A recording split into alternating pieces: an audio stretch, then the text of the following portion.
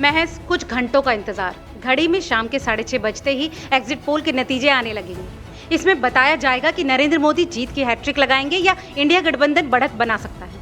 हालांकि लोकसभा चुनाव के नतीजे 4 जून यानी मंगलवार को जारी होंगे। नमस्कार, मेरा नाम है लता सिंह और आप देख रहे हैं रिपोर्टर जी।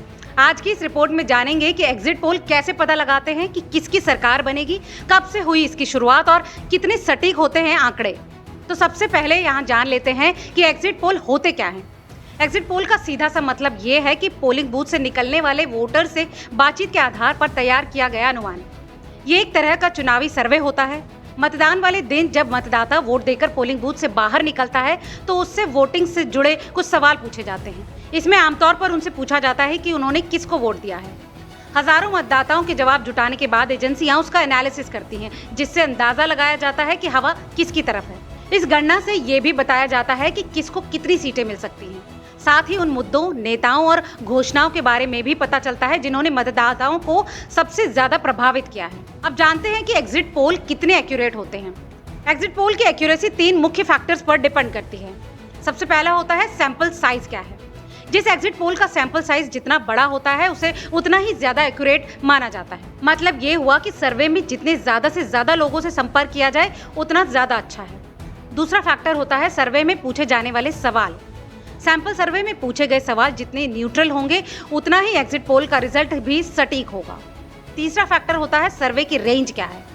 सर्वे का दायरा जितना बड़ा होगा, रिजल्ट एक्यूरेट होने की संभावनाएं उतनी ही ज्यादा होती हैं। मान लीजिए किसी विधानसभा में सिर्फ 2 या 3 पोलिंग बूथ से सैंपल लिए जाते हैं, जहां किसी एक पार्टी के उम्मीदवार की पकड़ है। इससे एग्जिट पोल के रिजल्ट्स पर असर पड़ सकता है।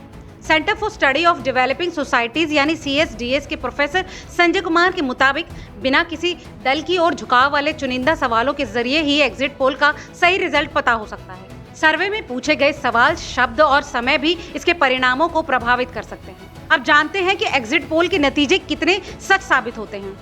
भारत जैसे देश में इलेक्शन रिजल्ट को लेकर भविष्यवाणी करना बेहद कठिन है। साल 1998 से 2019 तक कुल 6 लोकसभा चुनाव हो चुके हैं। इनमें से 4 मौकों पर एग्जिट पोल के अनुमान कभी पूरी तरह गलत और कभी आंशिक गलत साबित हुए थे।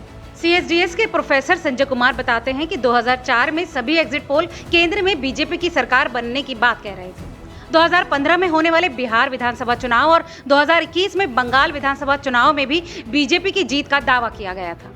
ये एग्जिट पोल फेल हो गए।